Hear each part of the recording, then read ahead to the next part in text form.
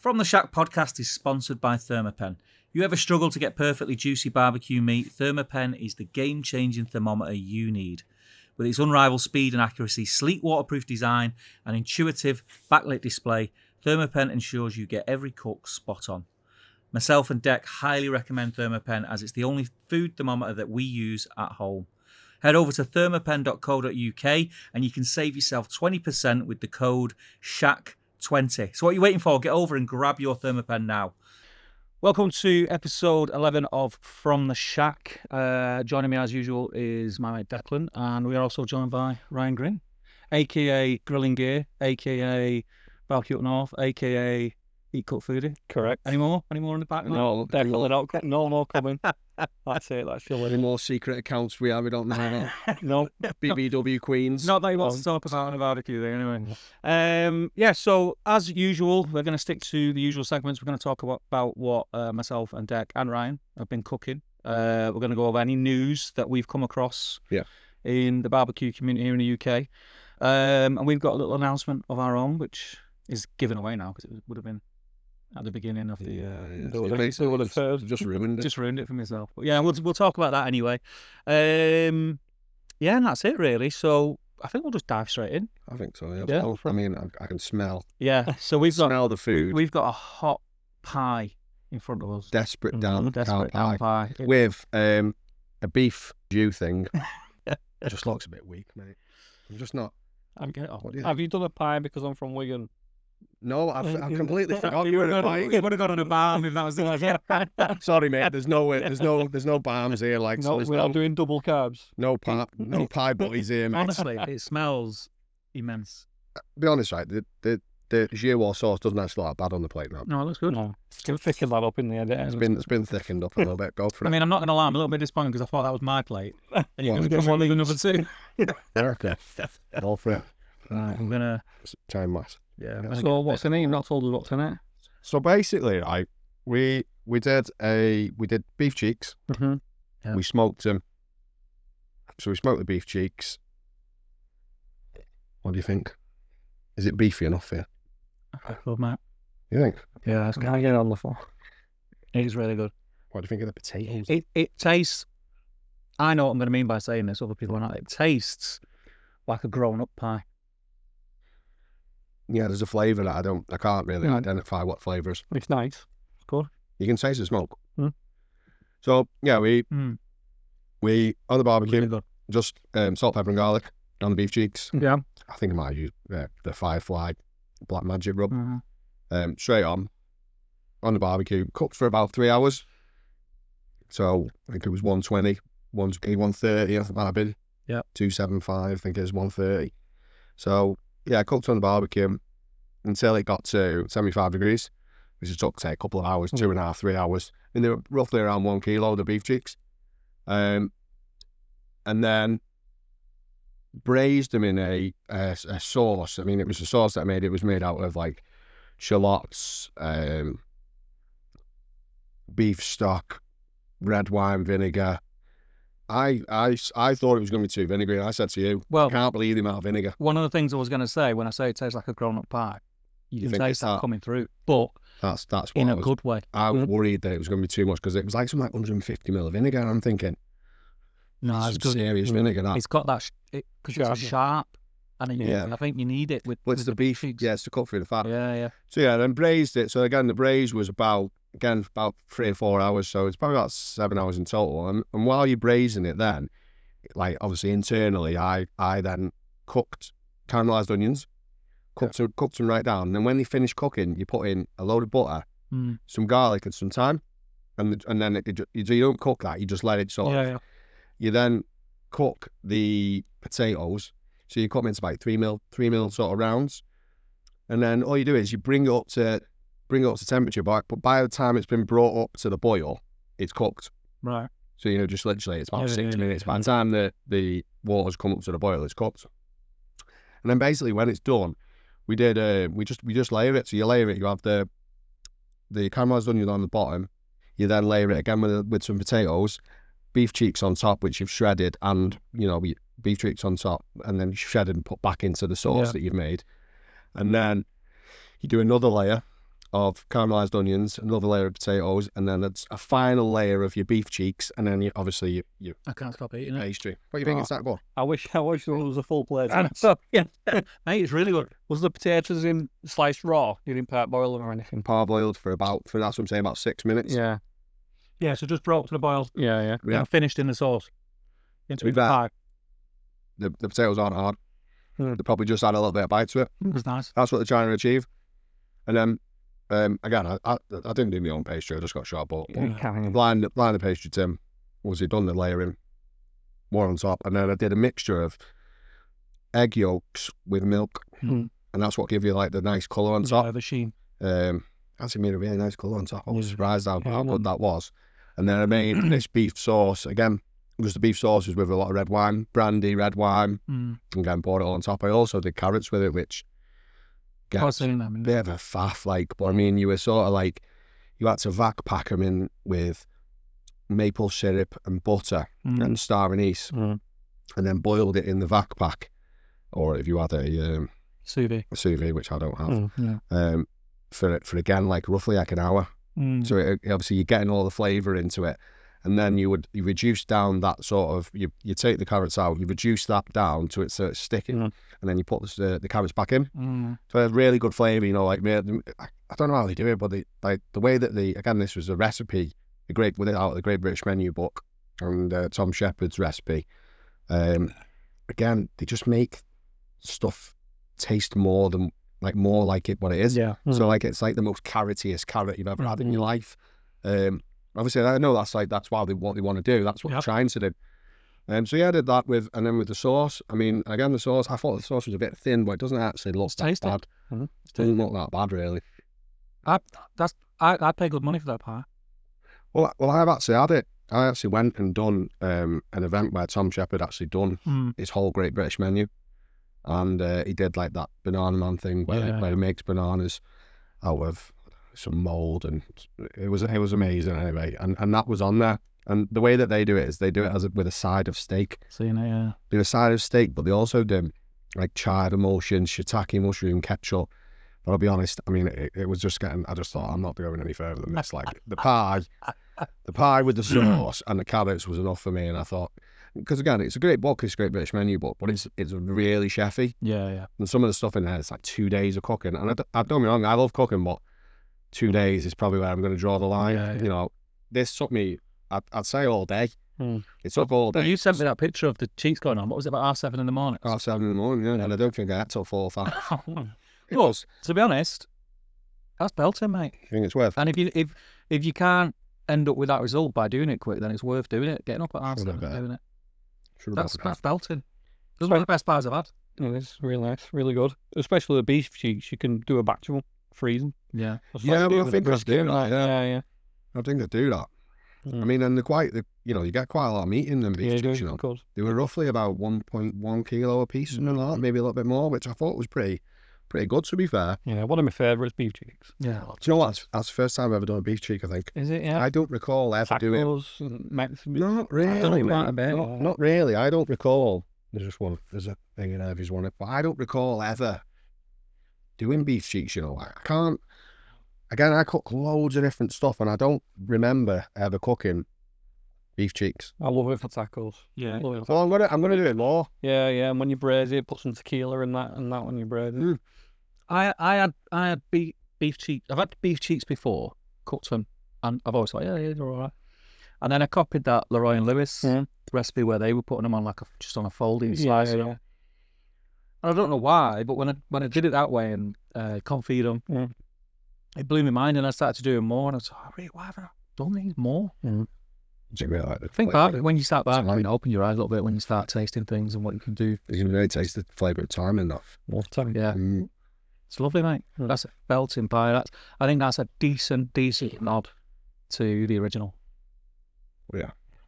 So I mean, yeah, that was me desperate. That cow pie. What else did I make? I'll start licking the plate. Just in camera shot like that. I did tri-tip. All right. Yeah. Again, it's been a weekend of first times for me. Like I've never done a tri-tip before. I've always I've never thought got I'd to done. try it. Haven't you? again, like I've seen a lot of people doing it, and they do this called like Santa Maria style, where it's almost like a salt, pepper, and garlic rub, but with chili as well.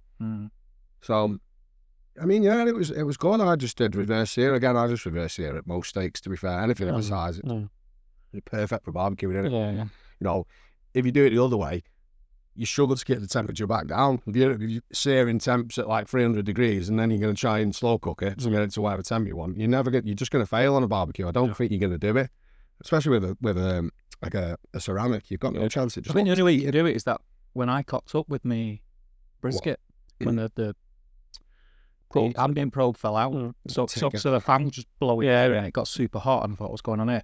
I had to set the coals down and put fresh coals in and relight it. I think that's the only way you can do it. And then that's ceramic, it's even harder. Just knocks the heat in, doesn't it? Yeah, you can set the coals out. It's still Yeah, for an hour. I did the reverse sear. Normally I do 52 degrees, but I've recently started going a bit less, like 50. Yeah, I do. So I can literally sear it a bit more. Yeah. Because I normally do a minute each side, but I've started to try and go a minute and a half to 2, just to get a bit more of a crust on it and get a little bit more colour. Yeah. So yeah, no, I did that. It was really good. I'm not sure. Colour looked like bang on. I'm not sure if I prefer it to Picana though. Picana, whatever you want to call it. Yeah. I'm not sure. I thought it was not as tender as. I think that's the reason why I've not done a try to. I'm not going out my way. Not that I'm not. Oh, I'm not. Look, it was really good. I've just thought, well, first of all, it was really good. I was talking to my dad about it afterwards, and my dad said, "How did it eat?" Because he said he was like, start stewing and start. He says that'll be well better for low and slow. He says, he said that'd be rubbish for a steak, and I thought it was good, just a little bit on the chewier side. Yeah. Which again, is what it is, isn't it? But I mean, what about the flavour? Was the flavour similar, or was it again very similar to me? Very, very, very similar for me. Again, you have to cut it in a specific way because of the muscle fibres run a certain way. So you have to the first. It's almost like a bit of a horseshoe type thing, or half a horseshoe. Is it one muscle that just has it running in different ways, or is it three? Is it? I'm not sure. Is it called tri-tip? Is it the three muscles? Three muscles. Meat. Yeah, that's no, what I call that too.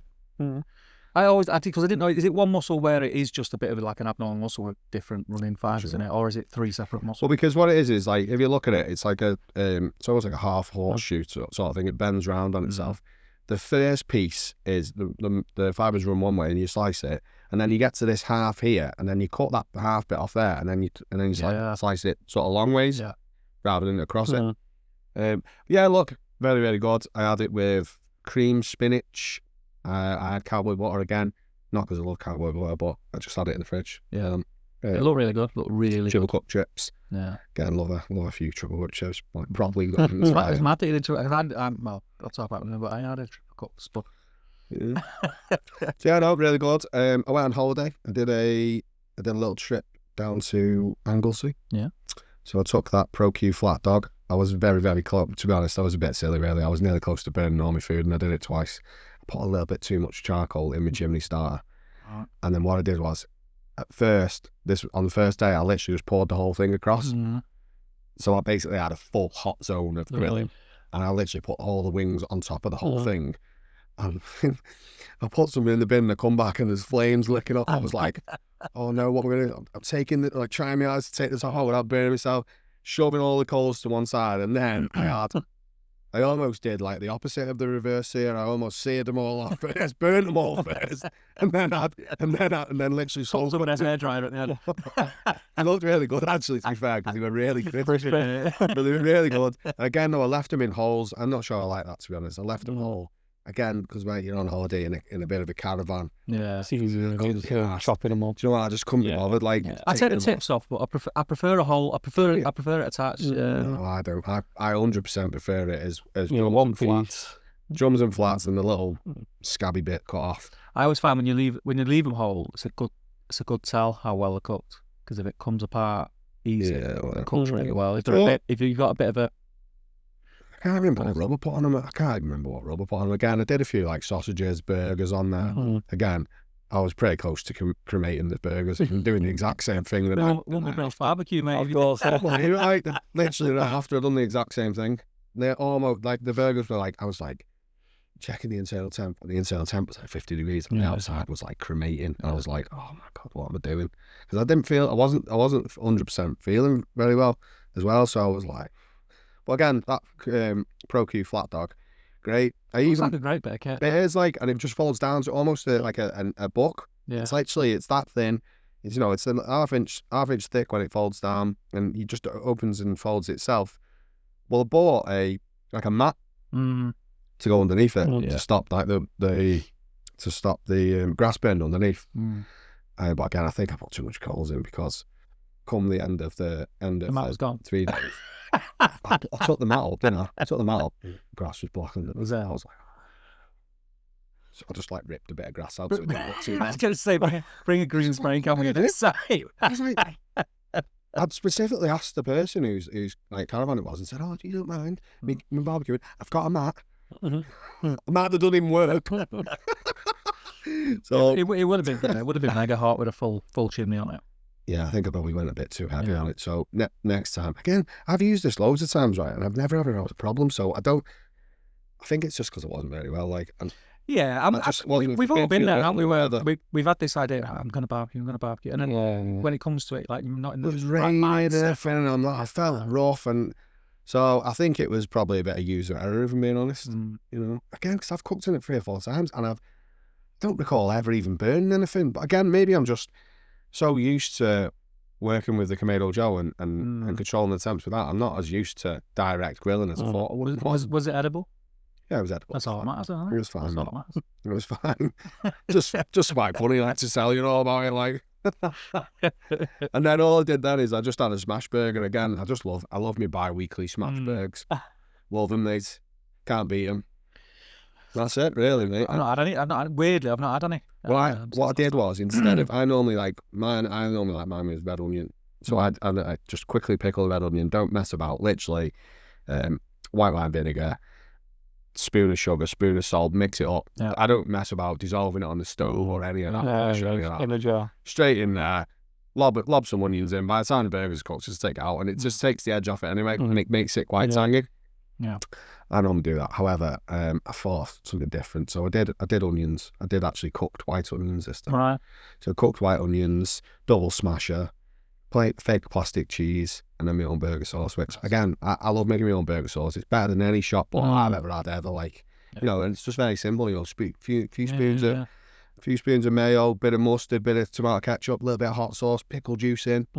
Whatever's in the fridge, mate. It's banging. Start fried stuff. Yeah. What the onion in it? I put onion in it sometimes. Nice. Have you seen the Beefy Boys one? Doesn't have tomato ketchup in it, I don't think. I'm pretty sure it's mayo and mustard, but again, it's bang on. Well, the original Big Mac sauce hasn't got it in it. No. There's no tomato products in it. I remember reading that somewhere from one of the guys who used to work. It's more like a pickle. It's a pickle mayo. Yeah, and I don't know where they get that colour from, though, because it's basically... I think it's a pinch of paprika, I do. Is that what it was? I think so, yeah. And a bit of Worcester sauce, I think you put in it. Yeah, it can't be that. It's just flavour, isn't it? It's just flavour, isn't it? Yeah. That's all it is. Yeah. But that's me, mate. That's my cooking for the week, really. Yeah. It's actually not been a bad week, actually. I've not done that much, because it was my daughter's birthday, so the week and weekend just gone. We were just like, we've just been eating junk, basically. Take out some party food, and the fridge is still full of party food and cake. Yeah, that's fantastic. But I did do a few early on, because we had Valentine's Day. Yeah. I think that was the Valentine's. The last episode came out after Valentine's Day, but we recorded it the day before, if I remember correctly.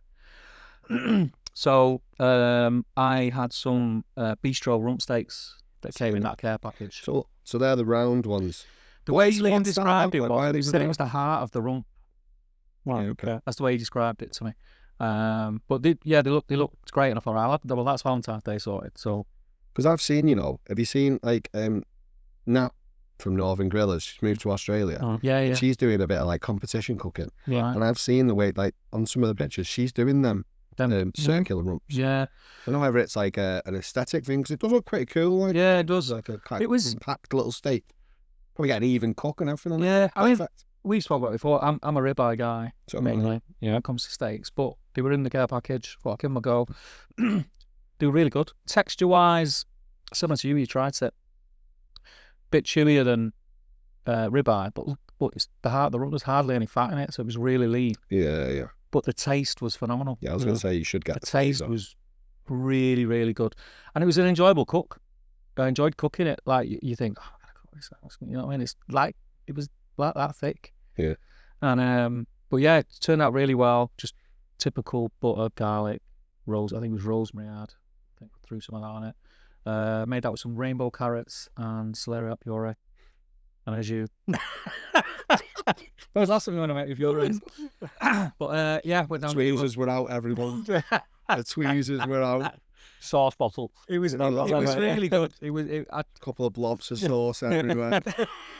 Not yet. I'll be doing my gels soon. I've been reading up on gels. I've been reading it all. But no, it was. I mean, I'd have it again. I'd buy them again and have them again. Doesn't surpass ribeye for me because you'd be hard pressed to get a better steak than ribeye. Yeah. There's a reason, by the way, that everyone does sirloin ribeye on the normal sort of There's a reason why that's most popular. Yeah. But it was good. And it's always good, I think, not to get stuck in that rut where you're just cooking the same steaks all over again. So it was nice to try. So yeah, I'd have them again. Then I had some ribeyes because I felt like I was doing ribeyes a disservice to yourself. So I had some ribeyes. I made like a pan sauce. It was that one I did where I did it all separate. Yeah, look when you did pan sauce. So I did that pan sauce was mega. It was just basically like Dijon vinegar, just some herbs in it, shallots. Did triple cooked spuds. They were going to be roasties originally. And I just got faffed off and I thought, I'm just deep frying them. I can't be asked because I was in and out because I was doing them inside. Yeah, I was in and out and I was in and out and in and out. One thing I have never really do is fry on the barbecue. No, it's not worth it. I just don't think it's like offers anything. Yeah. I've said this a few times. I do some shit on the barbecue that probably shouldn't but it's only because it's residual heat. Yeah. And it's probably cheaper than just going in and lighting the stove really because you've got the heat there. The ceramics are so sort of efficient. I might as well just. It's risky as well, wasn't it? Yeah, I'm not saying I'd never do it. Imagine not knocking it in or something. No, I'm not saying I'd never do it, but when you've got a deep fat fry, you just set the time on a timer. It's the clean up as well when you're frying anything into it. Well, have you tried to fry without a deep fat fryer and trying to keep the temperature right? Oh yeah. I tried to do loads of fried chicken like that, and I got to the point where I just was like, burning the outside, the inside's not cooked. I had my thermopen in there, checking that it was at 175, and it was going up, it was going down. I just thought, this is just. I got to the point I was like, no, not doing this ever again. Not doing this ever again. I'm buying a fryer. Yeah, I have done it like on a hob in a pan before, but it's hard. You got a deep fat fryer. I just don't see the reason in making life hard. No, it just use the deep fat fryer because as soon as you put your stuff in it and the temperature drops, it brings it back up. And it's perfect. So yeah, I done that, and then I did some like charred broccoli, and I did like a hung yogurt and nuts on it, and just a bit fancy. You know what I mean? I can't help myself. Yeah. Not like it was fancy all the time. I was looking at it, I was thinking, it's basically trained. I was thinking, this isn't fancy enough for that. So far, I'm going to do is I didn't. And then there's one that I did that I didn't. I'll say what it is, but it's to do with the series that I told you that I was going to do. So I won't go too much in it, but basically I got some flank steak and I sliced it really thin, and then skewered it. Nice. And then I just marinated it and just flashed it. I won't say what's on it because it's not even the reel, but that was really, really good to do that. Will the reel be out before this though? No, I've not filmed it. That was the test. That was the test kitchen. But that was really good. And then my daughter, because it was a birthday week, one of the nights I said, right, you choose what to have. It's always a mistake. Bacon, mac and cheese, and corn dogs. Corn dogs. Yeah. So made your own corn dogs. Yeah. Oh man, it's so easy. No, I'm not a fan of them, mate. I think they're a bit bland. Yeah. A bit cakey. Maybe a bit cakey. Yeah. It was really thick. The mix maybe I should have done it thinner, so it was less on. But they were okay. Just tastes like a hot dog. That's why when you see them, they're full of sauce because they don't taste of anything. Yeah. But this one, what I did was I got some, the hard mozzarella pizza topping mozzarella that comes in the blocks. Mm-hmm. Yeah. Got some of that. Cut that up into little pieces, and then I had like hot dog, mozzarella, hot dog, mozzarella, hot dog. So it was like, what do I call it? Like a zebra stripe thing. And then cut with it and did it just to make it more interesting. And it was okay. They were all right. And then did them chicken thighs that I posted the other night. It was just the last minute. I had chicken thighs in the What's fridge. chicken thighs, mate? Yeah, I had them in the fridge, but I need to do something. I went and got some ciabattas. It was like a Asian style with like nuts and like a honey and chili oil sauce. And Yeah. We were, Really good. you know, when we were away, we went out for tea one night when we were away in Anglesey. And as I said, I couldn't really taste properly. My taste buds weren't right. I couldn't smell really, can't really taste. And we were at this restaurant, and it did, again, stuff like going to restaurants always inspires me. So it had like a Cajun ciabatta, right. with like just greens, like a special mayo, like a Cajun mayo, and then slaw on the side. Again, stuff like that. I'm going to start doing a bit more of that, Yeah. especially as it comes into summer as well. And then I had, I had a Induja tomato risotto, Right. and then on top of the risotto was just a big piece of salmon. Yeah. It was really good, mate, Mm-hmm. from what I could taste in it. Yeah. It was really good. The skin was really crispy, but again, I was just like, because my missus doesn't really like fish, and I don't eat enough fish, and I really want to eat more fish. But what I'm going to do is I'm just going to cook her a chicken thigh. Yeah. I'm going to do the exact same thing, cook her a chicken thigh, and just stick it on top of the risotto, and I'll just have a piece of salmon. You know, it got me into salmon. Really? This guy. Honestly, if you'd have offered me salmon, Because it's strong, remember? It's a strong flavour. I love salmon. I just not a lover Every of week, fish. try and have it. Do you? Yeah, I'm not a lover of Fish fish. for the brain, innit? I think I said it to you. Like, I'll have white fish and I'll cook it because my missus loves seafood. I could never eat seafood again and I'd be happy. But I do enjoy it. And then I had that salmon at yours, and it's kind of become whenever I do a barbecue in the summer now, friends and family. That's one of the things. Yeah. Because it's just so easy. You just got to be tastes careful. amazing. Like, I've cooked it a few times on a barbecue and messed it up, to be fair. Only because, again, some of the rubs that you have, there's got so much sugar on. And I put I remember doing like something like a Chinese style one or something. Yeah. And I skin side down, and the next thing I turned it over just black. Yeah. Yeah, well, that one's the Traeger recipe. Yeah. It's quite low and slow. It's almost like hot smoked. Yeah. Salmon with garlic and lemon. Again, I've got some of them planked, so I would like to maybe do a bit more of that. Again, so it just inspired me. I thought the Induja had like a spicy sort of meatiness to the risotto. Yeah. Really, really good actually. Yeah. I might try and adapt it and do like an oven baked version. I think that's one of the things. I was talking to someone today about this guy messaged me about the barbecue classes which we'll talk about in a bit. And he was just saying he wants some help like with the basics and stuff because he like overthinks everything. And I was like, once you get the basics down and it almost becomes second nature, that's when the fun starts. When you get temperature control. Yeah, that's when the fun starts. So you'll go out, like you say, you'll have something, you go, I'm gonna try that all. Just cook it on the barbecue and because everything tastes better on the barbecue. So like that Great British Menu, Desperate Dan Cow Pie, that's not a that was in a pressure cooker. That Yeah. the recipe it's a pressure cooker. But I thought, you know what, I could make this because barbecue is. with that being cooked in, and obviously we're talking about a Michelin star chef compared to a backyard barbecue. But texture wise, was there much difference texture wise to the pie? Same sort of texture. Exactly the same. That was a cracking pie. Just the only you get extra really was the oak. If I was in a restaurant and ordered that pie and I ate it, I'd be getting a tip. Thanks, Steve. I enjoyed that, Yeah, mate. it's here tomorrow. It was really good.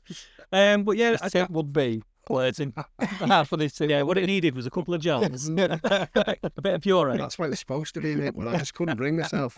I couldn't bring myself. There's no way. Around me, mate. I'd come round and whipped a puree up for you. No way would I doing that. I looked at it, right, and it said something about like having about 10 eggs or something. I'm just like, no, not a chance. I'm like cracking 10 eggs because the kids won't even eat it. So I thought, I'm not doing it. Yeah. I'm not doing it. To be fair, with something, if you're doing it at home, it doesn't need all them bells and whistles. That No.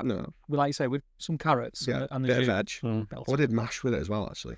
Go well with I mash. did mash Yeah. with it as At well. least it's on a plate. If you usually barbecue something, you serve it on a board. Yeah. Yeah. What I'd like to know is how you get the actual pie out of the pie dish. As a full pie. I don't think you're supposed to it.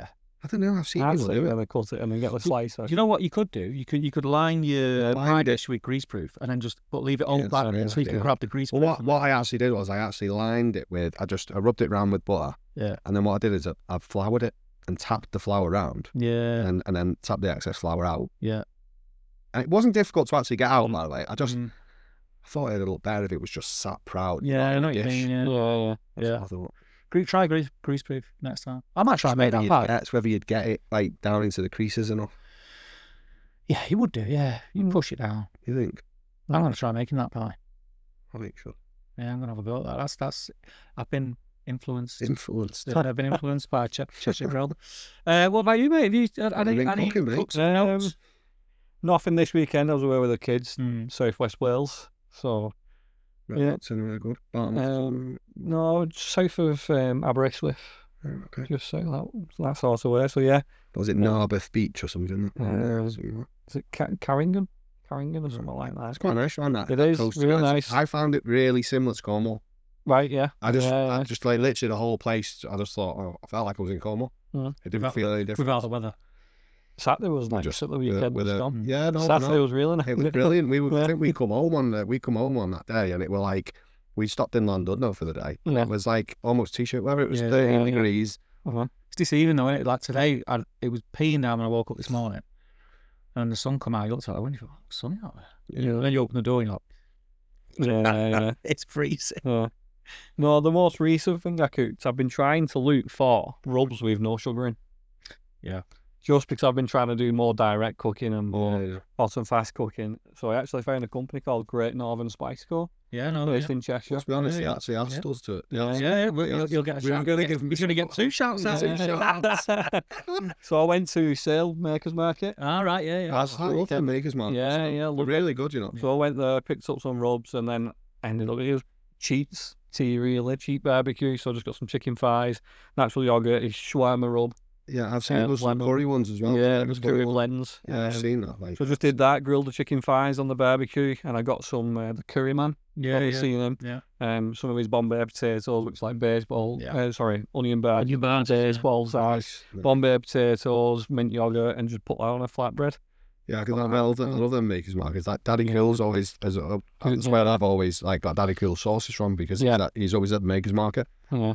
So we sometimes travel to some of these makers markets as a bit further afield. Yeah. They're always really good though. Yeah. And then other than that, smash burgers, trying out the smasher. But I did it with, I went to Butcher Farrell and I got some pork belly, but it was thicker than bacon, but not pork belly slice. Mm. So it was about 4 mil thick. And then I cooked that with some barbecue rub on. Yeah. Finished it with the Traeger apricot barbecue sauce. And then put that on a smash burger with some Oklahoma style. Yeah. So you with smashed the onions, actual onions in into it. the pan. Yeah. And then crispy onions as well on top of Yeah. that. So yeah, that was nice. And then I've actually that Oklahoma style. it's good, I've been doing it more I've done recently. it a few It's times, all right. yeah. Have you? Yeah. Yeah. I Just don't get one side as crispy. think I've only done it That's the right right. thing. I've only ever done it when I did a Kamado Joe. I did a Kamado Joe demo, and one of the other demo chefs actually done it.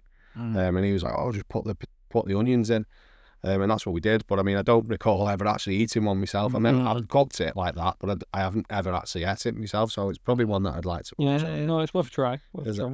And then other than that, it was probably a festive kebab for your Yeah, it was a cracker. that, Christmas, mate. It was yeah. a cracker. Yeah. Pun intended.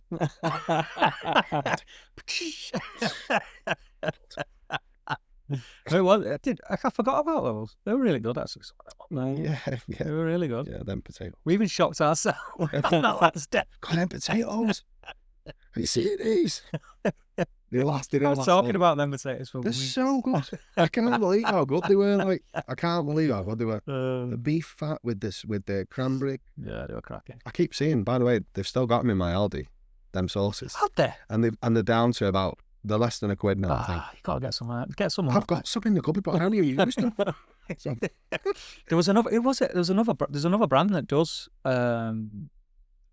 It just. What would you call? I seen it. I think I was in.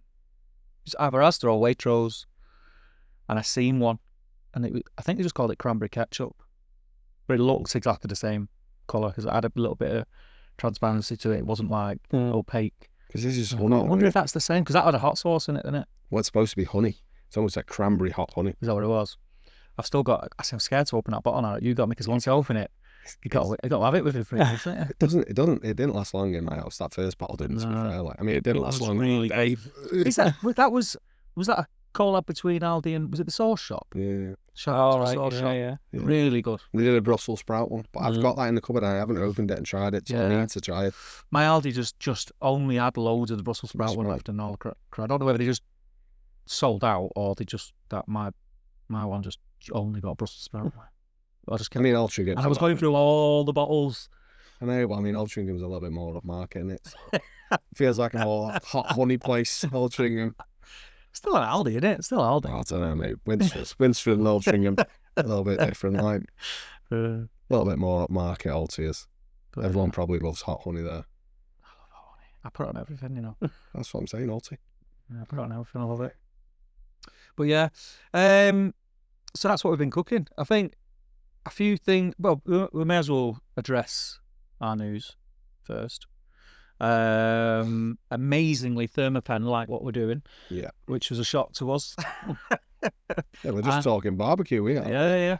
But we're both users of Thermapen and have been for many years. I mean, it's obvious if you look back at any of our videos, it's Thermapen that we use, whether it's the actual pen itself or the signals or the billows or anything like that. That's kind of what we use. So it just seemed like a good fit when they approached us to they now sponsor the podcast, which is amazing. And it's going to help us going forward in improving the quality of the podcast.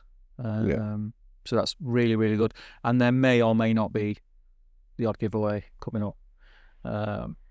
Read into that what you will. But yeah, big thanks to Thermapen. Stephanie at Thermapen in particular, she's the lady that I've been speaking to. And they've looked after us, and it's amazing. I'm over the moon with it. I didn't wear my Thermapen t-shirt, unlike Deck. At least one of us is represented. Repping the brand. Yeah. You could edit one on that. Yeah, I'll put one on. If it looks like it's photoshopped, it is. if it stays still and I move it around. But yeah, huge thanks to Thermapen. We really do appreciate it. And we look forward to working with you more in the future.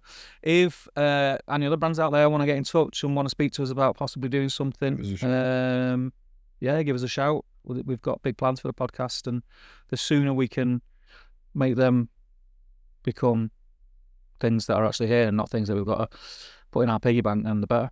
Yeah. But yeah, huge thanks to them. Thank you very much. More news. Have you got any news from Really? I've just got selfish news, really.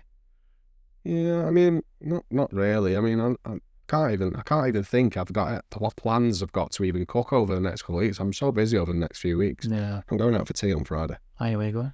I'm going to a place in Chester called the Sticky Walnut. Oh. Yeah, it's a restaurant. Couldn't be anything that place. Go to that massage place. BBW. Sticky Walnut. Sticky before that we sticky. Yeah. Going to Sticky Walnut. I'm pretty sure the guy that was the head chef there, I don't think he's the head chef there anymore, but he's I think he's the head chef at Northcote now. Right. That's who, I think he was there originally, but Chester. In Chester, yeah. Mm. So review incoming. Review income, yeah. I think we'll review it in the next pod. Like, yeah. It looks good. It's all fancy food. Yeah, good. I'll be honest, right? I quite like going out for fancy food because I feel like not what you do. Yeah, it's not what I do, but I feel like it's like they can cook better than me, so I'm happy with that. And when I go out and I feel like a steak place. I can cook as well. I'm really disappointed. Because I'm just like, I've just dropped 100 quid. I'm tired as like, so I was so annoyed like whenever that happens. But yeah, these like sort of fine dining restaurants I absolutely love. And I never used to like them, by the way. I used to call them one chip jobs. So I'm not going to one chip job. I think the finer dining things, and don't get me wrong, I don't like the pretentious places. But, I like the ones that are a bit of a more relaxed side, which I think are becoming more prominent. They are. But I think they're really good for inspiration because they do, because of what it is they're trying to do, they have to do things that are a little bit different to what you're used to spark the interest. But yeah, I like going to places like that. And everything's transferable in food. Whatever you can cook in a kitchen, you can cook outside on fire. Yeah, again, so I'll hopefully have a load of, you'll probably see me on Sunday cooking something that I've actually let's cook from that. And then I'm out on the football on Saturday, but I'm also then out on Sunday. We're staying at Petherton Castle. Very nice. So we've actually got a meal booked there as well. So 2 reviews incoming. Yeah. So yeah. Very, very nice. Should be good one. Nearly a part-time job now. Oh yeah, food review. The food review. Oh yeah. The Cheshire food review. Cheshire food review. So yeah, I've got 2 pieces of news which are again from a more selfish point of view. The first one is I announced classes for this year for the newly named Cheshire BBQ. I couldn't use the name that I wanted. Yeah. But yeah, so I went with Cheshire BBQ. So that's really good. And I put out like a bit. Sorry, is Altrincham classed as Cheshire?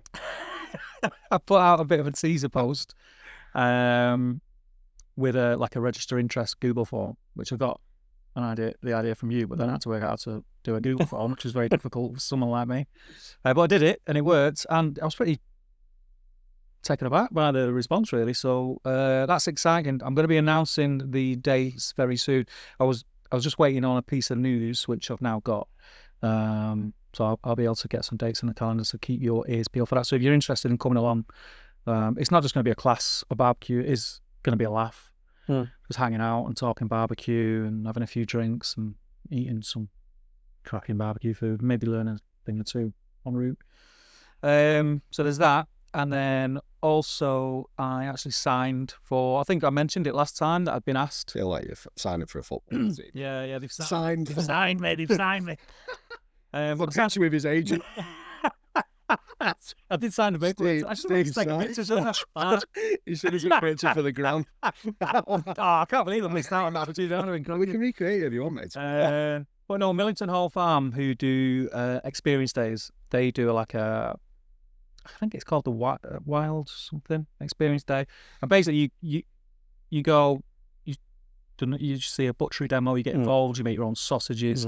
You cook. My dad was going to do it, My dad was going to do the butchery demo. Was it? I think he's been in dialogue with him before. He said to me he's been in dialogue with him before.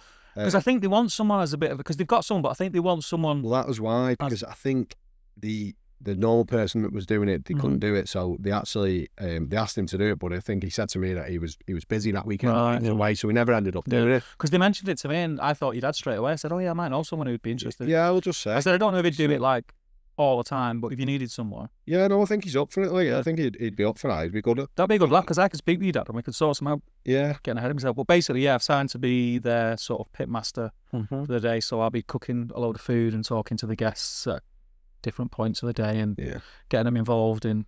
I think that's unique though. If you're doing the butchery as well as the barbecue, I think that's really good. Like, so I think they go hand. But we said it before, haven't we? They go hand in hand, don't they? We're gonna have him on the podcast, and I think like when we do it, we'll do it a bit of a demo. Yeah, it'd be cool for the shack. Yeah, demo because he's getting big numbers on the gram now. He does. He is, 2.5 million. 2.5 million that video did. Yeah, 2.5 million. If you added them together with the other accounts, I bet it'd be close to about. It's 3 maybe more, wouldn't it? But one of them already about. Yeah. He said it was 3 or 4. He said like. No. Yeah, I like the idea of like doing stuff like. Like boneless chicken, stuff like that will really elevate your cooking or really actually help you. Yeah. Yeah. Butchering a chicken. That's one of the things I'm going to do in my class. That's one of the things I'm going to do in my class. 100%. Well, how I break down a chicken, it might not. Your dad might watch it and go, "What is this fuck shit I do?" It probably will. Look at this Neanderthal here tearing that chicken to pieces. It's all right, mate. It's all right. I mean, I'm his son, like, and I can't even debone a chicken thigh, so. I think I'm all right. I think I'm pretty all right at butchering chicken, actually. I'm pretty, I'm terrible, mate. He's shown me a few times, and I tell you what, as soon as he's stopped showing me, it just went out my head. Yeah. I just thought, well, this isn't bad. It's about, I reckon, it's probably about 7 or 8 steps in it. I love a boneless chicken roast. Yeah. When they do it like the double-breasted and they fill it with stuffing in the middle, rabbit bacon. Yeah. It is unbelievable. Yeah. However, just I need to probably think the next time he shows me, I'm going to video it. Yeah. So then I can. Oh, it's one of my classes or something. Give me a discount. But yeah, so I've signed up for that. So I'll be doing. I think there's 9 dates over April and March that I'll be doing. So yeah, I'm pretty like hyped about that. I think it'd be a good laugh. Yeah. Be great for me experience wise. And yeah, I mean it could open a few more doors and we'll do that. But yeah, so those are my 2 selfish little bits. I feel like I've struggled with like news like that because I just like all I do is just cook me tea. Yeah. Cook me tea and just come and talk with you and Bob. Well, ideally what we want to do is if anyone's got any announcements, like we're more than happy to scream them from the rooftops for you. Like if we can help anyone in what we're doing, community, isn't it? That's the reason why we started the podcast up, really. Just as a bit of a focal point for everyone. Cause... Well, it just saved me Mrs. moaning at me that I'm always on the phone talking to barbecue. It's just we'll just do it as a planned one. I mean, that is why. It's because I was constantly like, if I had to, I had that itch that I need to scratch when I need to talk about barbecue. I just, Oh, dang it. that. Listen, Steve, I'm cooking this pie, mate. There's far too much vinegar in this for me, mate. What do you think? Trust the process. Yeah, trust. That's my favourite new saying. Trust the process. I mean, I did trust the process. It was all right. The problem was I couldn't taste. Yeah. So I was like saying to the missus, like, well, and I even had one with my kid at one point. This doesn't taste too vinegary, does it? It was cracking, mate. He did a good job. He did well, lad. He did well. What about you, then, Ryan? What news have you got? Oh, I've got. Well, let's go on. Well, if it's about GG. No, it's not. All right, okay. We'll save all. Yeah, that. save the GG. I am going this weekend. I think Saturday. Yeah. And I forgot the name of the place. And they make offset pits in Conway. It's Leviathan. Leviathan. That's Do you want to say how to remember it? Go on. Levi's. All right. Okay. Yeah. That's how it works in mine. Yeah. Levi It jeans. looks absolutely amazing. Yeah. So they've got an open day on Saturday, haven't they? So Well, I've seen the Smoking Elk he's got one. I've seen him do a couple of like tutorials, and I was like, Yeah, it looks class. And I like the fact that You're not going. You're after He it. did say it. that's the reason why I don't want to go. come back, leave in a car, come back on a little bike. No, I've got it's in my diary that it's happening because when I seen it, I was like, I'd love to just go just to see. Yeah. To me, do you want to go? Yeah. So, is it Friday or Saturday? Saturday. I'm probably gonna go then. What time is it on till 4? I'm not sure. It's 10 till 2, 3, something like that. Yeah. Well, I've got to take my daughter to drama class in the morning. That finishes 11, and then I've told Liam I'm going to pick some bits up from him. Yeah. In Stoke, so I might just nip over for an hour. Yeah. Not for Chris Roberts, and that's It'll be Chris for that Welsh Chris. He's done all like shows on. He does a lot on TV. Yeah. Maybe because that's where he lives. You know? Yeah. I think Conway, innit? Yeah, Conway. Hunter Gather Cook, is it? Yeah. He's doing a lot of food. Yeah, from Bristol. Yeah. So he's That was because that was one of my things to mention news wise. Leviathan. I might be saying it wrong. Yeah, but it sounds good, doesn't it? Leviathan. I mean, Conway's like sounds like a Superman bad guy. It'll be like it doesn't translate in something in Welsh, does it? Or I hope not. I've probably just absolutely butchered it. just But I like because they've got like the big dog one, haven't they? Like the one that just looks like a tank. Yeah. And then I think there's two. Is there two others? There's like an entry level, a mid level, and then the big one. Have you got your eye on one of it? No. I'm just gonna go down and have a gander till Saturday. Yeah. I know. No, they're very well made. Yeah, they're very solid. pricey. Solid, but they look like they're worth every single penny. Yeah. I'm just not at a stage yet where I can drop that kind of money on an offset. Because for me, the offset's going to be, funnily, that's what I'll be using at the farm. So I'll get to play around with it. But for what I'd want an offset for, it would be just for the fun of it. For the odd time, I've got like a whole day where I can sit in the garden, light the fire there. Can't bring myself to do it. I can't. I know. I've got the same. I said this before, but I find it hard to use other barbecues when I've got the Kamado Joe there. I find it so hard. Yeah. Because it's just like, why would they just waste a load of fuel? It's called laziness, that. It's called laziness. I just can't bring myself not to. I've got the Joe Junior there. I've got the Joe Junior there, and I don't use it. Yeah. Because I've just got the KJ3, and it's my go-to. I make myself come away from it. I need to. That's what I need to do. I do enjoy cooking on like a kettle. I love it. I love like that's all I've got at the minute. As soon as I got the KJ3, I never used. I literally, from the day that I picked up the KJ3, I never used the Weathermaster Touch ever again, which is ridiculous. Yeah, it's absolutely ridiculous. I never, because again, you've got a Chimney Starter, you don't have to do any of that. Maybe I just got a bit lazy. Well, I don't use a Chimney Starter anymore. You just line them in the kettle, yeah. Like the same as I do in the Kamado, do you? Yeah, just like I'm saying. Is it as quick? Yeah. But this is my routine. It's like I do it without thinking now. Once I put the woolly things in, I'm not going to say it because you'll listen, but Siri set a time at 15 minutes and I go in and I do all my prep. The alarm goes off, it's ready to cook. Done. Happy then. I'd all set timers. I just go out and put my hand over the top of it. I'm a timer then. Classically trained, don't No, no, When you start making gels, you lose time. when you start getting jealous, you'll get onto the timers, mate. No, well, do you know what? I use timers all the time now because When we in that, do you know what? Right, when we were doing that pop up, right, I remember you looking at me like, what is this guy doing with all his timers? How good is it to have it was timers? so good. I was like, this Because you can forget. This is is an absolute revelation, right?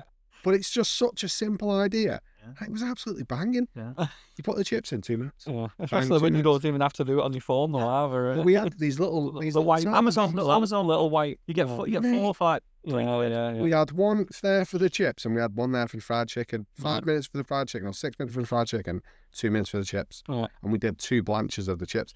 Mate, it was just, honestly, it was like a revelation. It blew my mind. It did. I started using them in the restaurant because there's that many things to remember. You cook, when you get an order, and if it's like 4 people and they've all ordered different things, and you're cooking them at different times, so you just hats off to any chef that can do that and not need timers. But that ain't me. Things getting burnt.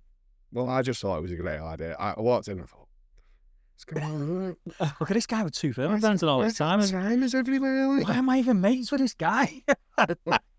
Well, yeah, honestly, first go, I was like, oh my God, the revelation. Yeah. Absolutely. It's cracking because you can just forget. You can concentrate on what you're doing there. I haven't brought that into my home cooking yet. And you're not sticking a thermopen in something every couple of minutes. That's a bit. So you actually bring it into your home cooking now. I use it all the time. Yeah. I know, I need to maybe think about that. Yeah. If it's a long cook, I will. Hey Google this and We'll do. put that on. Yeah. See, the long cooks are where Just in the kitchen. And Yeah, the long because you've got loads of time. You can just love it. and with it being a long cook, if you go over though, it's not. No. For me, it's the things that take 2 minutes, 3 minutes, especially if I'm. Yeah, but it's a long cook. I just wait for the time. Just to see if the time is actually cooked. Really. Yeah, I don't really. Yeah. Again, sometimes when I do long cooks with the therm and signals and billows, I'll just I'll know that for like the long cooks on beef, I know that I'll roughly wrap it anywhere between 70 and 75. So what I'll just do is I'll just set a time, set the thing to say if it goes over 75, tell me. Yeah. But to be honest, I'm impatient by 70. Yeah. By the time it gets to 70 degrees, I'm wrapping it because I think I'm not waiting. It's stalled. I'm not waiting. Yeah. And then I'll just set another one then for say 95. Yeah. And I'm not particularly bothered if I take it off in 94, 96. Yeah. I just use it as a bit of a guide, really. Yeah. 90s for me is your sweet spot with that. Like if you can get it to 95, amazing. Like more chance of it being better. It all depends on what it is. But again, at 90, you've also got to think about your resting period and your carry over. Yeah. That's what you've got to think about, which I don't think a lot of people do. They always go, 95, 96. But to be honest, better when that's cooked, it'll be 102. Yeah. And it'll probably, I think you see it more with pulled pork. Yeah. It can get really mushy, if it's overcooked. Yeah. But yeah, apart from that, I'll do a cook this weekend. Don't know what yet. I'll think of something. I'll be cooking this weekend. Again, I'm like you guys, I haven't got a clue what, but I'll be cooking something because I was having withdrawals, mate. Like Sunday night, I was like this. Honestly, I'm not going to cook this weekend. Well, because you're having two meals out. 2 meals out. 40. On the lash at 40. Yeah. So, I mean, I probably won't be in any fit state on Saturday night to eat rather than cook. Right. Should we get on to the guts of this episode, which is our good friend, Mr. Ryan Green? Mm-hmm. Yeah. Do you want to give a bit of How did you get into it? Well, we've hinted at it before, haven't we? We've mentioned because there's been a few. We've spoke to you quite a bit, and obviously you've drip fed us bits of information. We've not known whether we've been allowed to say anything, but there's been an announcement this week. You've put something out for pre-order. Yes. Yep. Which is the Burger Smash. These Amazing Things. Yes. If you're listening on Spotify, then obviously you can't see what we're doing. But if you're watching on YouTube, these are weighty, aren't they? Yeah. I think they're good. Yeah. Bigger than a lot that's on the market. Yeah. 160mm smash size. Yeah. All stainless steel. And they're actually really well made as well. Really solid built. Yeah. All handmade and well lit. The logo on the side. Yeah. It looks. Yeah. But they're good for as well, like the smash burgers. I've used them for doing crushed potatoes with garlic and pound. Yeah. Crushing your slugs. Or even like steak weight. Doing that, Yeah. I tried. Steak weight. Steak weight, protein press, on fish and steak. So yeah, it's because of the size as well. If they're smaller for just a burger press, you can't really get all the steak. Not under its own weight as well. It's a decent gauge steel, it looks like. Yeah. Whereas, because I've got one of them Amazon ones. Yeah, for a cent. It's fine. Yeah, it's fine, but it's so thin. There's no weight to it. No. Yeah, I've got a cast iron one, but mine's like ridge. So ridge, yeah. And I'm not. You don't really Like for get. burgers, You don't get as good a no. crust. And when I'm smashing burgers down, you don't. You, No, honestly, you do not get a. No. You get a smash burger, but it's not like a. Like I've been seeing quite a lot recently, where they're really thin, Yeah, and it's more just like the sort of caramelized, lacy the texture. slicing, yeah. Rather than, again, mine. Don't get me wrong, I get a good texture on it, but it just Yeah. it doesn't go as thin as maybe I would like. Yeah. Yeah. I'm not. I'll be honest. I'm not a fan of the wafer thin Yeah. smash. You can take it too far for me. Yeah, I've seen that, and I'm not sure. Too I'd like far. that. It'd be, Yeah. you'd almost be like really crispy, Yeah. a bit too Yeah. much. I'm just going to see if that'll pick up the detail on the side of it as well. Yeah. So if you're interested, like I said, just drop us a message on Instagram for now. Well, we'll put the link to your Yeah. register interest Yeah. The order in form. the show notes as well, and we'll do Yeah, it on that's fine. the post. If I post and it's not on there, give me a nudge and remind me, because I'm Well, like the worst person to remember things. Yeah. That's If I what had it timers. Yeah. If I had a timer for it, we'd be all right. Just a timer for Sunday afternoon, please. So yeah, that's the latest news regarding my new account, Grilling Gear, Grilling my Gear. new venture, Yeah. which is combining my engineering background, Yeah. with a love of barbecue. And see where That's it where you takes. get like a really good product, where though, it because you takes. sort of like That's it. it's what you're good at work, and then your Yeah. passion. Yeah, That's where yeah. you actually you get like some really good ideas. Mm. And I think it's probably worth saying, when you say like you love a barbecue, it's not just someone who's just come onto the scene and saying, "Oh yeah, I love barbecue." Like, No, I you can take were the guy. I can take you back. Yeah, you were the Right at guy the that when beginning. I first realised there was even a barbecue community out there. Mhm. Like, you were the guy that was most prominent, I think. That's why, Yeah. because I interviewed you for my old YouTube channel. Did, yeah. So I have more hair in that video. so the first account was Eat Cook Food. Which is still going, yeah? Still going, yeah. And that started back in 2020 now in lockdown, Yeah. during them times. And to be honest, I'm thankful of lockdown, because it gave me that time. I was 3 months furloughed, couldn't go on sites to do surveys or anything like that. Couldn't get materials in to make anything, so I was furloughed Yeah. for 3 months. Just had my youngest as well at the time, so I had more time off with him. Yeah. Just started up the Eat Cook Foodie page. The sun was shining for 3 months. Yeah, it's class, isn't it? I know, so I thought, got the barbecue. Started off I with never got furloughed. no. No, mate, no, I never got furloughed. I literally come in one day, and it was I had about 5 people ringing me saying, I've been furloughed, and I've been told to divert all my emails to you. Oh, thanks, guys. So yeah, I think I started with I can't. Is it called a bullet smoke? Off Amazon.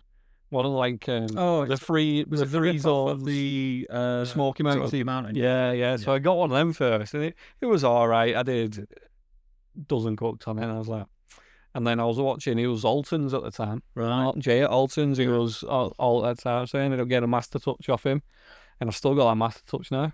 Still using that now. That's That's how most people start. It's the way to start. Yeah. It is. Once you Mine- master, once you mine- master, Well, the mine master wasn't even a touch. master touch. Mine was one with the 3 things that you have to burn. Oh your fingers yeah, on, yeah. or you whack it with your tongs. Yeah. It's short. But when it gets super hot, they won't make it. Yeah. Yeah, now it's a blaster touch, like Yeah. with the GBS green in the middle. Yeah. So yeah, did that, and just cook food on that really. Yeah. It got involved with the community online, because you couldn't go anywhere or do anything. So yeah, I did a lot with Jay at Alton's. When he was doing, I don't think he's done it for a while. The competitions, like the I've not restaurant, seen the it. relays, Yeah. and I've not all them. It was really good. So I got involved with them. I actually did the plaques and the awards for people. Right. I made them for the winners of that. So I did stuff there, and then 2022, it was after. I don't know if you did come to this one. So we met up No, at I Warrington. didn't. Yeah, no, I We met didn't up come at to that. Warrington.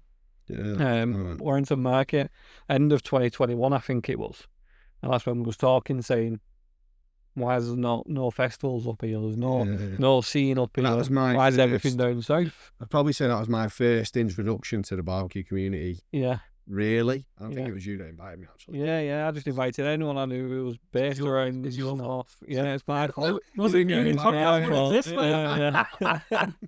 So anyone from Liverpool, Manchester, Stoke, anyone around who I knew about in the northwest, we just arranged It was really a good. Christmas meet up at Really good. Warrington Market. Had some food, had some drinks, top barbecue, and it was good because it was first one after lockdown as well. Like no one had been out or met. Yeah, the food was good as well. Was it worth it? I remember that. It's really good. I'll have like a load of bao buns. Yeah. Brilliant, mate. Yeah. Absolutely brilliant. Give me loads of inspiration. With like that fried chicken ones. Yeah. Loads of inspiration, that for me. And then I met so many people. Yeah. I'd already met Steve from Alfresco because I'd met him at Sizzlefest. That's when I met Wayne. Yeah.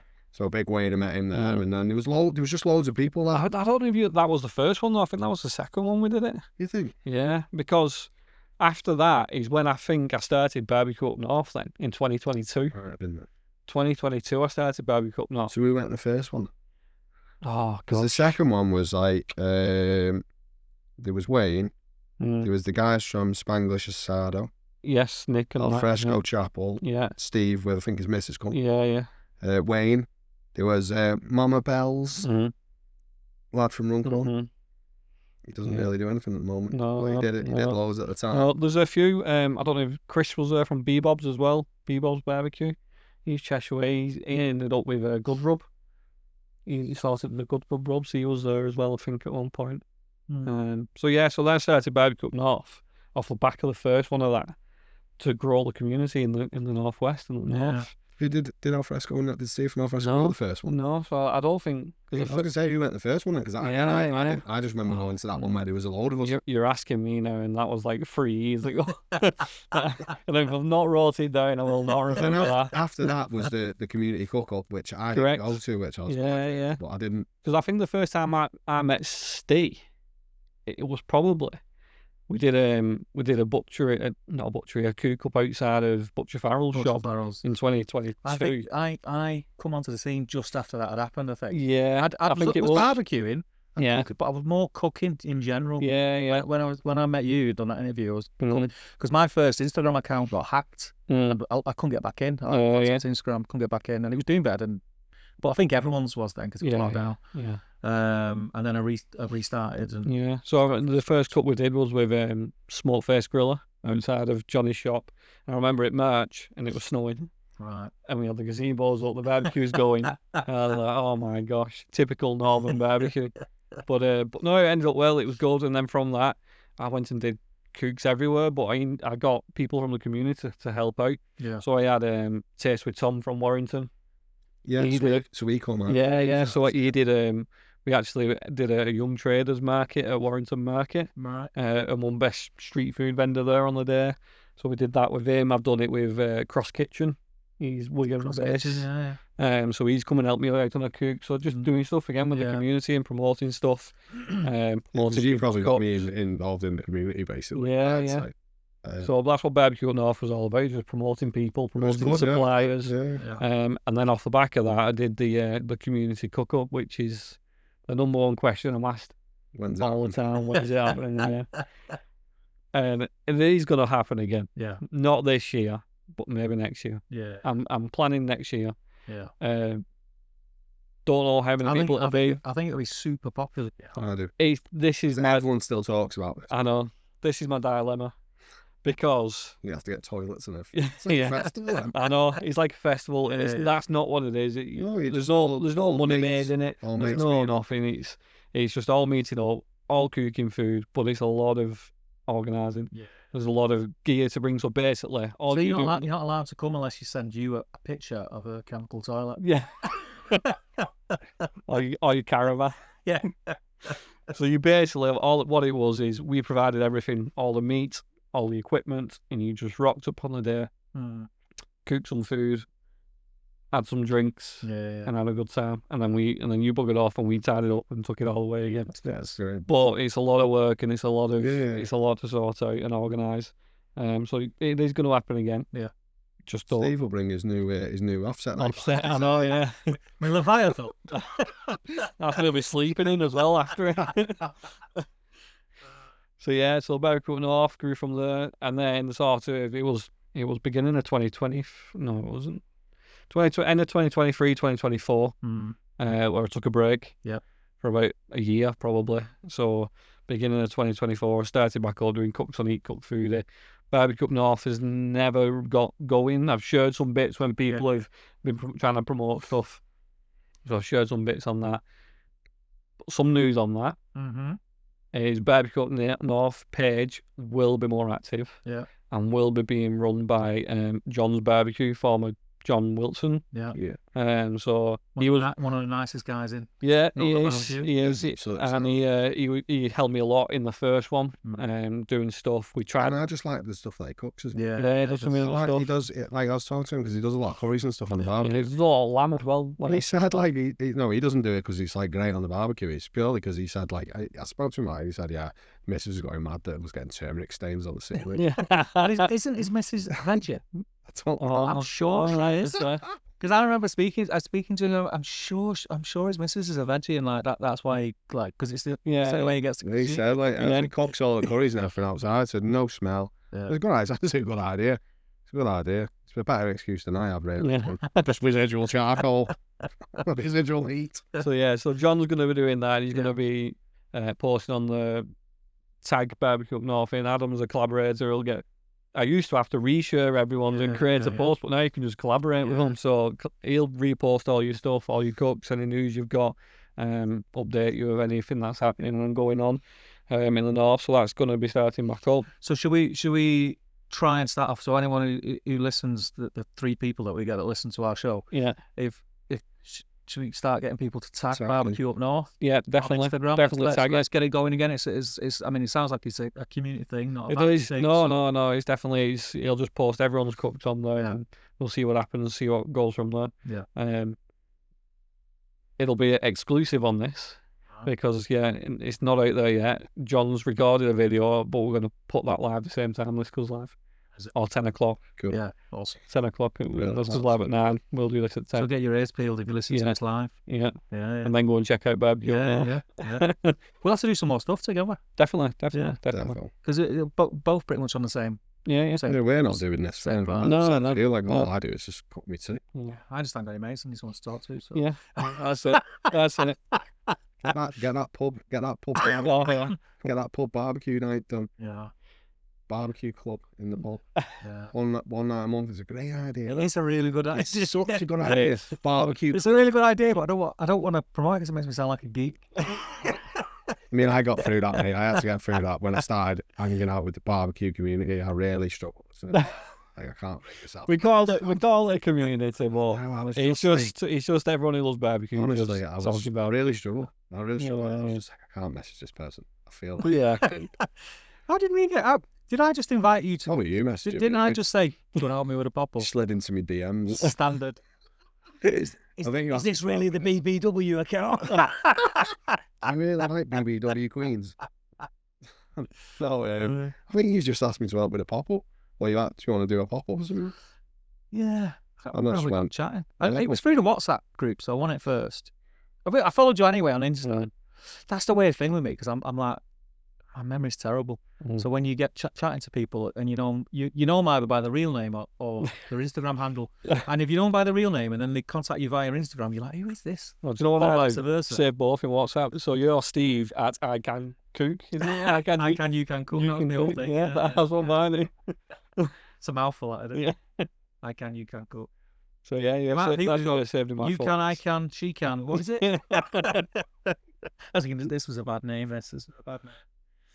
Yeah, it's on the back of that. End of 2024 this year, and started grilling gear. And we're going to see where it goes. We've got lots of stuff being talked about, and lots of stuff coming. Just slowly but surely, just easing into it. Yeah, see how we go. There's no point blurting loads of stuff out. No, you need to get known as well. Exactly. That's the thing.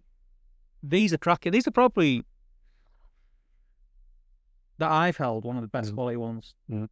I've seen something similar in the flesh. Yeah. But I like this one better. It's got more of a robust.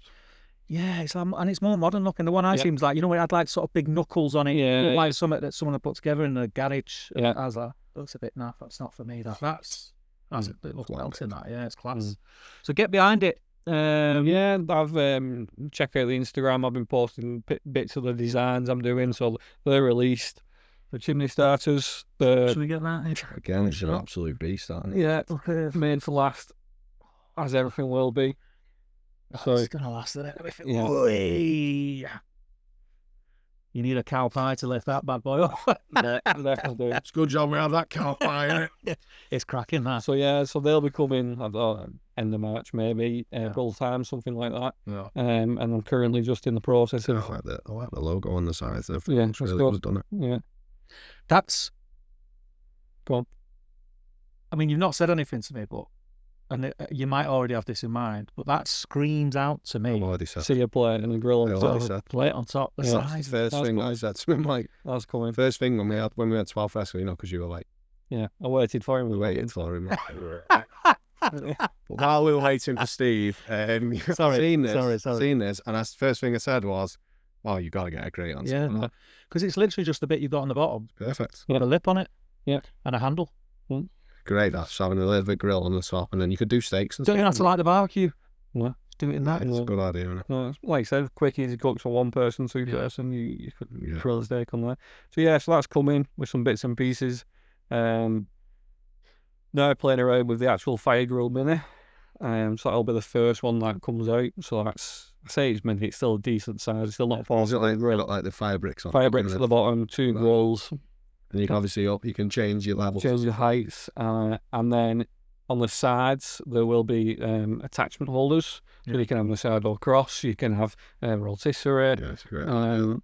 You know, you can do a lot with it. A hanging bar for hanging if you want to do that. But it's more. I love that. So you can hang like a tomahawk off. Yeah. So I'm trying to make it again for the community, a lot smaller, rather than these big massive fire cages. Well, everyone else has the room. I probably have got the room, but I'm not having a fire cage. Yeah. I can't. Well, I'm one of them guys. I'm gonna get one. I might get the big. Yeah, I know. So you'll have this, and it'll be tabletop. Yeah. Or I'm also going to do a trolley because not everyone's got the room for a tabletop to put somewhere. So That sounds great with a trolley as well. yeah, and the trolley is again going to be more features, more quality than what's on the market. Yeah. I've got a few about the trolleys and stuff. They're just you can see that it's not going to last very long. Yeah. So I put a picture up on my stories the other week of the trolley what I was designing. So yeah, that's going to be. Again, it makes sense. You actually barbecue, Yeah. so you know what people like and what people want. Yeah, which I think's really good. Yeah. It's important, really. Yeah. Well, I mean, it's great for you because you're the end user as well. If you're designing it, so like Dex said, like you'll know what's going to work and what's not going to work, or what's excessive and what's like just not good enough. Like what needs to be. So if you're not following Grilling Gear, get following because some of the stuff that's coming out is pretty exciting. We've known about it for a while. Yeah, because you've sent some bits and bobs over, and I think every. Yeah, it is, and it's not just going to be products like that. It's going to be other stuff that I was actually looking at doing when I was doing barbecue up north. And he's again working with the community, working with people to do some stuff. I'll not say too much, but I've got some ideas for you. Yeah, there's some stuff. It's just stuff I want. There's some collabs and that. Even if you don't release them, can you make them for me? There's some collabs as well that isn't barbecuing products. It's there's some stuff coming. Also speaking to some suppliers as well of charcoal and wood. And, some bits coming from that as well. So lots to come. That'd be awesome. That'd be class. So Grilling Gear is the main one now. Yes, Cook Food is sort of your personal cooks will all go on there. And then Grilling Gear will be anything to do with the products. Yeah. And like I said, John will be doing mainly barbecue up north, and I'll pitch in and help him where I can. Yeah. So if you listen, that's 3 accounts. You need to Yes. Grilling Gear, Barbecue Up North, and Cook Food. I'll put all the links. You might as well follow John Wilson as well. Right? Yeah, go for I it. think everyone's following John Wilson, aren't they? If you're not following John Wilson, you're missing a trick. Yeah. Yeah, no, I don't think I've any more news for you. Yeah. That won't spoil what's coming up. No. So we can't have any more spoilers. I'll give you enough exclusive. So I mean, that all sounds amazing. Is that everything? Can you use any more teasers or exclusives or? I'll give you an exclusive, just to help the community out again. From Sunday when this airs, to the following Sunday when at 9-10 o'clock or whenever the following Sunday, if you use the code SHACK, in the promo code section on the order form, you'll get free delivery. So on the Burger Smashers. That's good because that's normally £3.50. £3.50. Yeah. That's That's cracking. So use the word shack. I'll put it in the show notes. Remember, if you want to order one of these burger presses, you'll get it free postage, say £3.50. That's belting, that, mate. Yeah. And it'll run from, we'll release at 9 o'clock Sunday morning. Yeah, and we'll do it till the end of the following Sunday. End of the midnight the following Sunday. So Yeah, you've got let's a do week. that. Get on it, guys, because the cracking presses, belting. And I have no doubt that all the other products that you come out with are going to be up there as well. Yeah. I need a chimney with a grate on top, mate. Okay. Right, well that's Ryan's story. Most of you guys will already know Ryan anyway, but it's good to get a bit of an insight into what you're up to, and people will have seen the bits and bobs popping up. So it's good to get up to speed. Yeah, no, there's lots going on, and I'm looking forward to this year, especially the festivals as well. There's lots going on. Yeah, so. it's great. It's been great. It's been crazy. It's been a crazy year already so far. We're only in February. But yeah, it's exciting. I think just to go a little bit off topic, I think I don't know if I'm in this weird echo chamber. I've said this before, and it feels like it's got some massive legs, barbecue. Yeah, it's going to go mad this year, I think. Yeah, I think it's growing. I really do. Growing year on year. Even in the last, say, from the last 4 or 5 years, it's gone absolutely massive. Everyone's into it, and again, the amount of companies, brands as well. Brands are really pushing it. Like the likes of Traeger and Camino Joe. They're all sort of like, again, Weber. Weber's always been a staple, but some of these other companies, they're now sort of in more household names. They're really pushing it, and again with the addition of stuff like pellet grills and the Camino Joe connected, it's just making barbecue more accessible, more easy for everybody. Which the brands that are involved that weren't normally. Ninja have got a new barbecue thing coming out. It doesn't look like it's my cup of tea. No, but it looks cool. But they're basically outside ovens. They're almost not barbecues. They're outside ovens. If it gets people into the scene, definitely. And it opens their eyes, and then they open that door and have a peek inside and go, "Oh, actually, this is everything tastes amazing." Yeah. If you don't burn it. Yeah, if you don't burn it. It's gas, isn't it? It's a gas barbecue. The Ninja. The Ninja on that? Oh no, not pellet. Have they done it? No, it's gas. Both. But it's got. So you know how the what do they call it? The wood fire. Wood fire. It's got just that little thing. No, pellet. So it's just got a little element in there that's how it gets the smoke in. But it's electric, that, innit? You plug it into the wall, and I think this is a gas barbecue that has that same feature on the lid. Okay. But it's got like a fan in it that circulates the smoke around. Yeah. I mean, listen, it's a really good idea. It looks like you can cook everything on it basically. The way what I've seen is I've seen people cooking pizza on it. I've seen them low and slow. Gets up to 600, doesn't it? Yeah, searing, reverse searing, all that. It looks like it's a pretty much an all-round or an all-round barbecue. Not everyone is. A lot of people might be put off barbecue because I ain't got the time to spend on it. I don't want to be buying charcoal.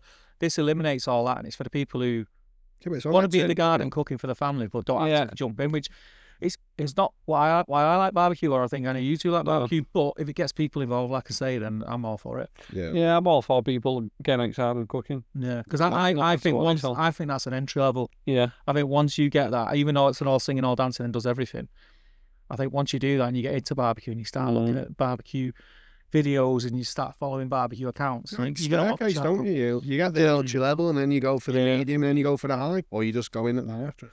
But restaurants as well, so there's a lot more fire cook restaurants. I want to go to a lot more. Yeah, there's so many opening. It's coming in fashion as well. Yeah, even stuff like Great British Menu and MasterChef, they're starting to like smoke things and use the barbecue to cook things. Seen them with green eggs and stuff. Tomato Joe's on there, and I'm like, we go to any restaurant now that's worth its salt. They've got some sort of smoking mechanism to cook it, and it's normally a green egg or a kamado. But yeah, it just feels like, and again, sometimes I think, is it just because I'm in the community and I'm noticing more? It just feels like it's bigger than it has ever been, and it is growing and growing and growing. Again, it'll follow America. Obviously, how big it is in America. Yeah. And it's starting to. There's like competitions and stuff popping up everywhere. Yeah. I think we're still at the beginning. Yeah. Still at the beginning.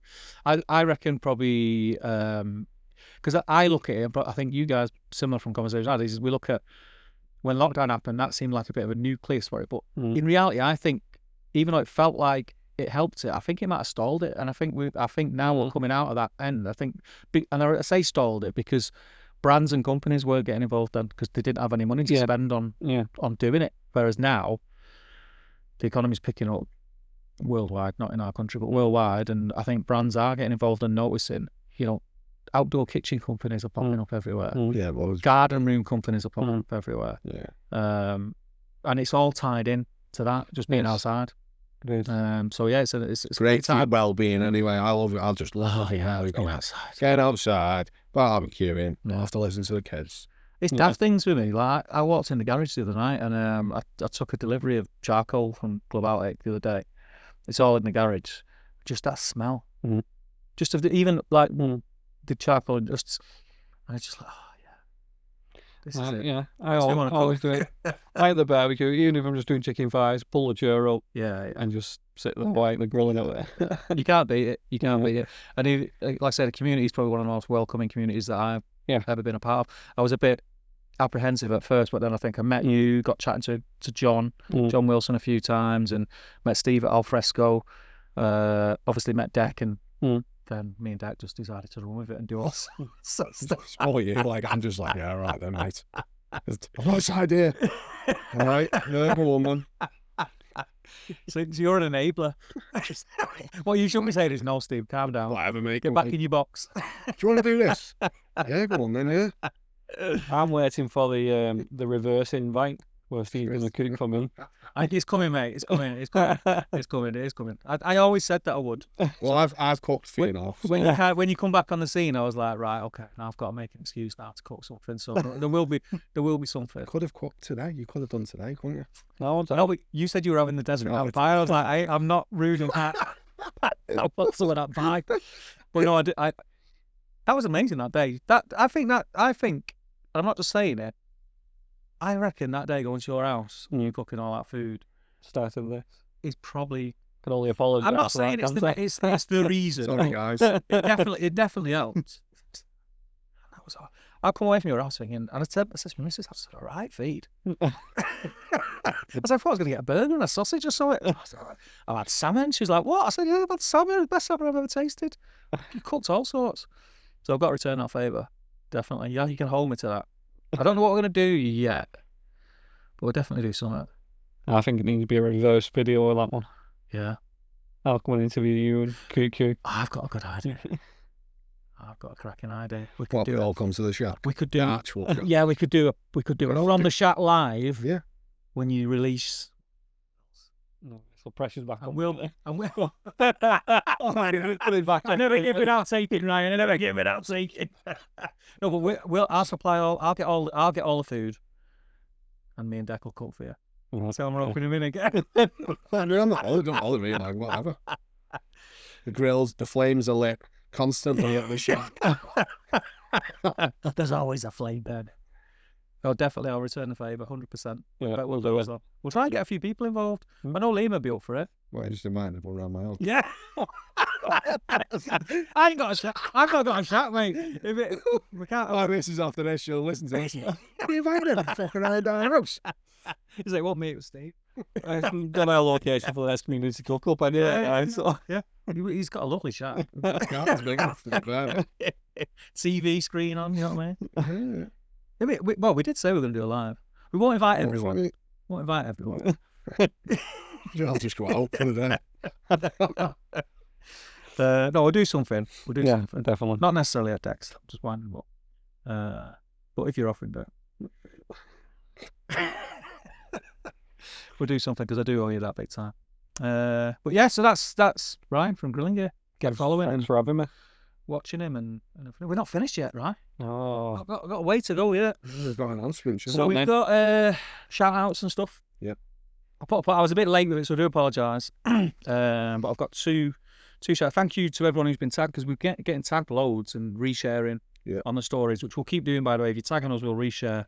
Yeah. Sean from Grill on Mill. yeah. He's doing a lot of pop-ups, isn't he? I do a lot of good stuff. I think he's just had his second. Well, he says it here. So, hey guys, please can I have a mention? Second pop-up completed, and it was absolutely pouring down with rain all day, but that never stopped the punters and the real barbecue enthusiasts. Bit of rain doesn't stop us. We had another mega busy day and loved it from start to finish. Absolutely loved the community and can't thank everyone enough. Big respect. Keep the great keep the great work on the pod, guys, and hopefully see you very soon. Cheers, Sean. We'll go the next one. Let us know when your next one is. Yeah, I wanted to go to the first We're one. going to go the first one. Yeah, So was I. That's something on there. I can't remember what happened. I was going to go. You did ask me to go. Yeah, I was going to, and I couldn't go myself in the end. But we'll definitely you book thought some. it was round the corner, you did. I did, yeah. You thought it was round the corner and not Preston. It is for me. It's only about 25 minutes for myself. Yeah. Yeah, well, he was going, it's just round the corner. I'm like, mate, isn't it Preston? Well, we had a little chat, so we might have you were even in the room when I had this conversation, so I kind of organised this stuff. Yeah. We might have someone on the payroll, a roving reporter. I like it. Just if there's things that we can't get to, and Ryan's there, You might as well. he can do a few little bits and bobs for us, which would be super cool. We'll have to get you like a t-shirt and that. I need to get them t-shirts sorted. Oh, flames lit. It was osmosis, baby. Is that on the back? Osmosis, or keep the flames lit. Keep the flames. Yeah, don't we? You've got to stay back to the end. Is that the new Live, Love, Laugh? And see how people Top of the landing's going above his bed. shacks across the country. Yeah. Keep the flames lit. What an AI cracker that is. Nah, tell you. And then Great Northern Spice Company, which we mentioned before, they dropped us a message. We'd love a mention. Cheshire-based company, of course, no problem. And again, like we say, if you want to shout out, you want to let people know that you're hosting an event, putting an event on, or anything, don't matter what it is. You could just be excited that it's Wednesday and you've cooked a steak. If you want us to talk about it and shout it out, then we will do so. Yeah, get in touch. Next episode, we're not sure what the main topic is yet for the next episode. We need to have a chat, but we do have an interview which has already been pre-recorded from one of the organisers from the Field to Fork event, which is happening in. We'll just do the normal. We've got we'll have a talk about what we've been cooking. Reviews. I've got me 2 reviews to do. Yeah, 2 reviews. 2 reviews, 2 Western restaurant reviews, and then we can talk about that interview. Yeah, that's pre-recorded, so we'll just plant that on the end of an episode. But that was a really good interview. A really nice chat to him, and it looks like an awesome event as well. So check them out. Give them a follow on Instagram. But there'll be more about that in the next episode. I think that's it. Have we got any other business? I'm just dying to say me at the end. Any AOBs? No, I like everything. No, I'm all good. I think that's it. So, thanks for listening, everyone. That's been episode 11. Thank you to Ryan for coming and joining us. Always a pleasure, mate. Always a pleasure. So we'll see you in the next episode. Over to you, mate. Keep forgetting what I'm saying. What is it? So keep the flames lit. And the fire's burning. Yeah, man. You've got to give a wink and a gun as well. Yeah, that's it. I want a tiny lime. That's it. We hope you enjoyed the episode, guys. Don't forget you can get yourself 20% off over at Thermapen. Go to thermapen.co.uk and use the code SHACK20. Also, give us a like, follow, share, subscribe, all that stuff. And if you want to drop us a message, direct message us through the Instagram account is your best spot, or on the Facebook page. And also, if you tag us in your stories and your posts, we'll reshare everything that you tag us in and just share the love, people. Okay, see you in the next one. Take care.